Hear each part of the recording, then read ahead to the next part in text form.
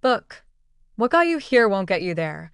How successful people become even more successful is not just a title, it's a truth that applies whether you're climbing the corporate ladder, building your dream, or leading a team.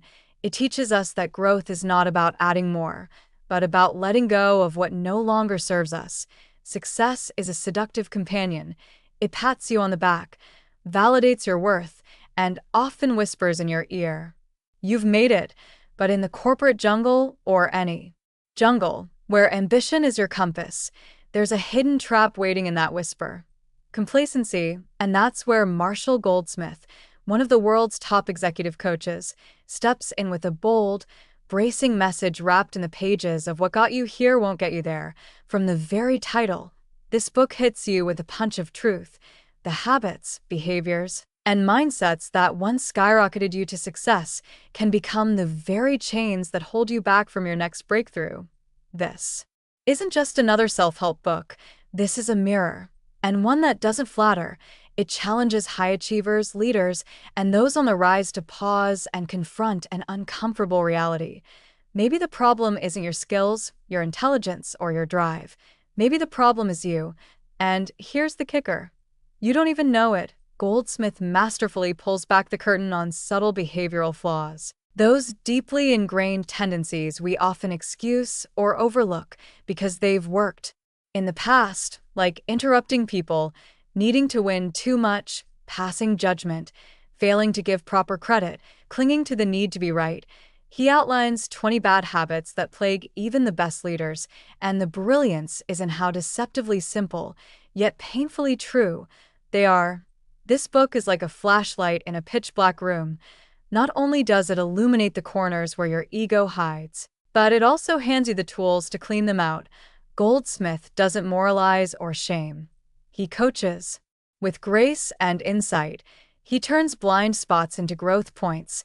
He shows how we often overestimate our contributions and underestimate how much our behavior affects others. He gently dismantles the myth that IQ, strategy, and hard work alone guarantee sustained success. They don't. At the highest levels, behavior is the game changer. In fact, one of the most striking insights is this: people will tolerate a brilliant jerk only to a point. After that, your brilliance doesn't matter. Your behavior does.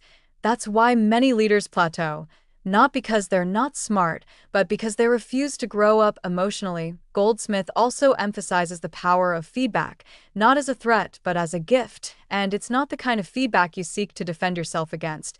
It's the kind you lean into. He introduces a stunningly simple but powerful process called feed forward. Instead of dwelling on past mistakes, you ask others for ideas to improve future behavior. It's less about shame and more about transformation. And that's the spirit of this book. It's not about tearing you down. It's about liberating you from your own limitations.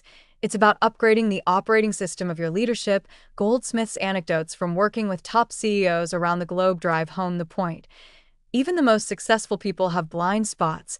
The difference between those who keep climbing and those who stall is this: the best keep evolving. And this is where it gets deeply motivational, because it tells you that no matter how far you've come, the next level is possible if you're willing to change. It reminds you that success is not a finish line, it's a staircase, and each step demands new humility, new awareness, and new courage. It's also a very hopeful book. Goldsmith's writing has a way of telling you, you can do this, you can be better, you can change if you want to. He doesn't ask you to reinvent your character or chase some mythical ideal. He simply invites you to pause, reflect, and become more intentional. To anyone who's driven, ambitious, and has already tasted success, this book is a necessary jolt. It's an emotional X-ray, a professional wake-up call, and a leadership manifesto rolled into one. It doesn't let you stay the same, but it also doesn't leave you stuck. Top 3 takeaways from the book. Takeaway 1. Success can breed blindness. The very habits that got you to the top may be the ones quietly pulling you back down. Let's start with a harsh but liberating truth. What got you here won't get you there. It's not just a catchy title. It's a wake-up call for every high performer, leader, entrepreneur, or creative who's ever achieved something big and started to think, I've got this all figured out. Here's the thing. Success has a sneaky side effect. It can create a false sense of invincibility.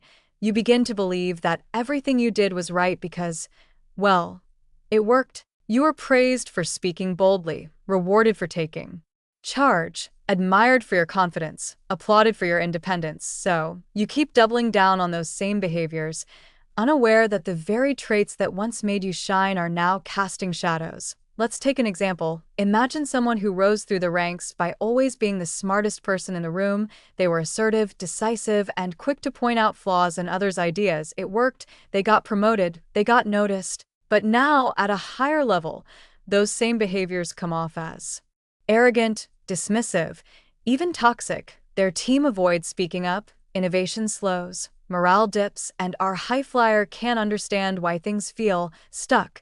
That's the blindness of success. It tricks you into thinking you're always right, and it hides your blind spots behind a curtain of past wins. Goldsmith explains this with razor-sharp clarity. He's worked with top-tier CEOs, high-powered executives, and brilliant minds from all industries, and time again, he's seen it. People don't fail because they're not skilled. They fail because they refuse to adapt. They're so attached to their old ways, their habits, their styles, their identities that they become resistant to change. But here's where it gets interesting. These aren't bad people. These are great people with great intentions. They simply don't see that the rules of the game have changed. Early in your career, being the loudest voice in the room might have earned you attention, but now, it might drown out collaboration. Solving problems solo may have proved your value before, but now it makes you a bottleneck. Needing to be right used to win arguments, but now it might cost you relationships. In Goldsmith's words, the higher you go, the more your problems are behavioral. Let that sink in. Your technical skill got you the job, your drive got you the title, your knowledge built the empire, but your next level, it's not about doing more of the same, it's about doing things differently. And that starts with humility, the kind of humility that says, maybe I don't see the whole picture. The kind that allows you to question your own behavior, the kind that embraces feedback, not as an attack, but as a tool. You can be successful and still have room to grow. You can be brilliant and still be blind to your flaws. Goldsmith's genius is in showing us that these aren't contradictions. They're the reality of leadership and growth. So, the question isn't, am I good enough? You clearly are. The real question is, am I willing to evolve? Because success is not a fixed state, it's a moving target. And if you want to stay in the game, if you want to lead, inspire, and keep climbing, you have to leave behind the mindset that got you here and open yourself to what will get you there. This takeaway is not just a principle, it's a philosophy, a life lens, a daily mirror, and once you truly grasp it, it becomes one of the most empowering shifts you'll ever make. Takeaway 2. Behavior, not brilliance, is what sets you apart. Your intelligence may open doors, but your behavior determines whether you stay in a room. In the world of high achievement, brilliance is a given. You've got the degrees, the accolades, the accomplishments, you've mastered your craft, and people respect your expertise.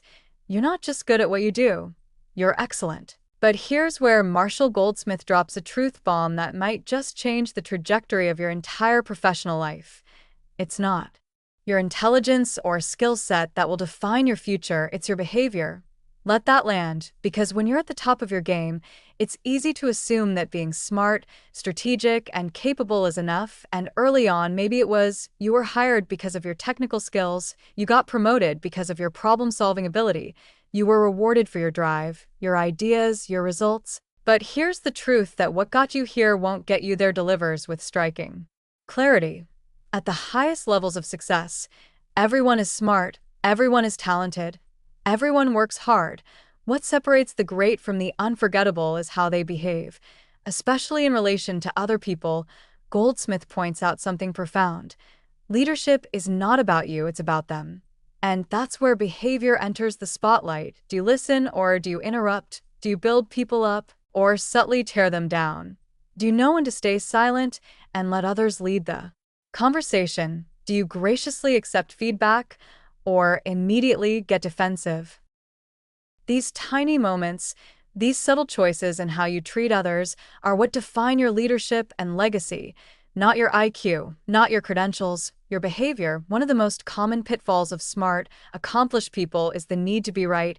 We all know someone like this. Maybe we are someone like this. We've been trained to equate being right with being valuable, but in leadership, this habit can be fatal. It shuts down dialogue, it kills creativity, it bruises egos, and erodes trust.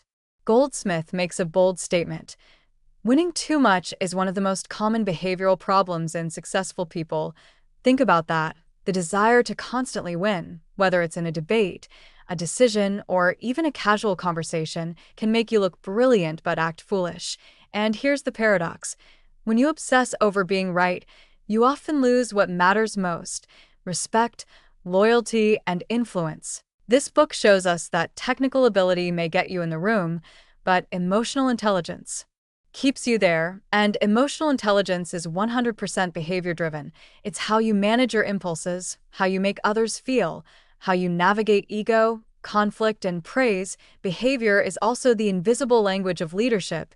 It's what your team sees when they're watching closely, and trust me, they are watching. They notice whether you celebrate others' successes, whether you give credit or take it, whether you show up with grace or just with goals. The irony is, many brilliant professionals think they're too smart to worry about behavior, but those who truly rise to the top, the ones others follow with admiration, are the ones who understand that how you behave speaks louder than anything on your resume. And the good news, unlike talent or intelligence, behavior is entirely within your control.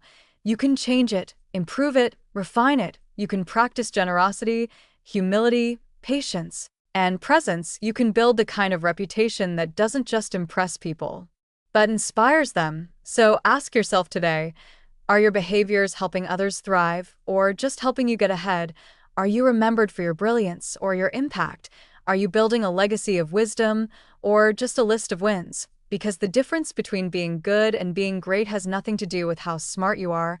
It has everything to do with how you show up, and that, my friend, is the defining lesson of this takeaway. Your behavior is your brand. Make sure it reflects the future you want, not just the success you've already had. Takeaway 3. Feedback is your superpower. The fastest route to growth isn't more effort, it's more awareness. Let's begin with a simple question. When was the last time you asked someone, "What can I do better?" Not because you were in trouble, not because you were required to, but because you genuinely wanted to grow. For many successful people, this question is rarely asked, because when you're already doing well, earning promotions, receiving praise, making progress, it's easy to believe the illusion that you're already doing everything right. That's where "what got you here won't get you there" breaks the spell and reframes feedback as not just helpful but vital. In fact, Goldsmith elevates feedback to something far more powerful than most people realize. He presents it as a superpower for growth, a tool for transformation, and a compass for leadership evolution. Let's be honest, feedback has a PR problem. Most people think of it as something negative, something that threatens their image or self-worth. We brace ourselves for it. We defend against it, or we outright avoid it. But Goldsmith flips the script. Feedback is not an attack on your identity. It's a gift for your future. He explains that high achievers often suffer from what he calls success delusion, the belief that because we've been successful, our way must be the right way. But in reality, feedback is the only way to uncover the invisible behaviors that are limiting your growth, damaging your relationships, or holding you back from even greater success. Goldsmith introduces an incredibly liberating concept: feed forward. Instead of obsessing over what you did wrong in the past, ask others what you can do better in the future. It's simple, clean, constructive. It keeps you moving forward without the emotional baggage of criticism. Imagine this. You ask a trusted colleague, "Can you give me one suggestion that would help me be a better communicator?" That's feed forward, no ego, no shame, just intentional growth. And here's the magic. When you open yourself to feedback, you invite transformation. You show others that you're teachable, humble, evolving. That builds trust, loyalty, and a culture of continuous improvement. It signals that you're not just leading from authority, you're leading by example. Goldsmith also reminds us that feedback is everywhere. You don't need a formal review to get it. It's in how your team reacts. It's in who avoids your meetings. It's in the silence after you speak. It's in what people Don't say, if you're brave enough to listen closely. The world is always telling you something about how you show up, and yet most people never hear it, not because it's not being said, but because their pride filters it out. But here's the truth. If you're unwilling to hear feedback, you're choosing stagnation over excellence. And if you want to keep growing, if you want to become the kind of leader, partner, or human that others admire and trust, you must make feedback your friend, because here's the paradox of success. The more successful you are, the less likely people are to tell you the truth. They don't want to offend you. They don't want to jeopardize their relationship with you. So they sugarcoat, stay silent, or say what they think you want to hear. That's why Goldsmith's challenge is so powerful. He asks you to go get the truth, invite it, receive it, thank people for it, and then, most importantly, act on it. Because feedback without change is like a mirror you look into, but never used to fix your appearance. So here's your call to action. Ask, listen, learn, improve. Don't wait for a crisis to shake you into self-awareness. Seek it now. Make feedback your secret weapon, not because you're broken, but because you're committed to becoming your best. That's what real success looks like. And that, my friend, is the essence of this powerful takeaway. Feedback is not failure, it's fuel. Use it well. And there is no limit to how far you can go. Read the book to learn more. Thanks for listening to Book Buzz reviews and summaries.